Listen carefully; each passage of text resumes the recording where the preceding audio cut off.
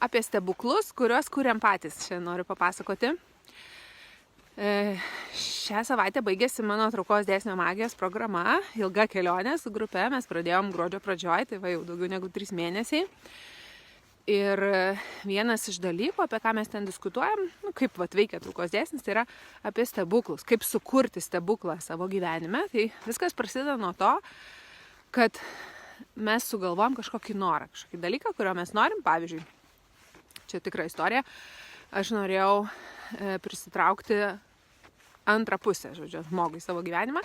Na, tai pradedu nuo to, kad aš aprašau, koks aš noriu, kad tas žmogus būtų, kokios savybės, kaip aš su to žmogum jaučiuosi, ką mes veikiam kartu, kokį gyvenimą kuriam ten ir panašiai.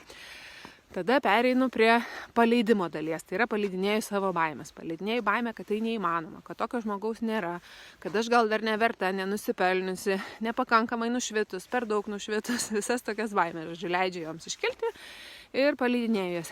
Ir visą tą laiką išoriniai realybėj nėra jokio ženklo, neatsirado nei ranka, nei koja žmogaus, dar nieko, jokio signalo.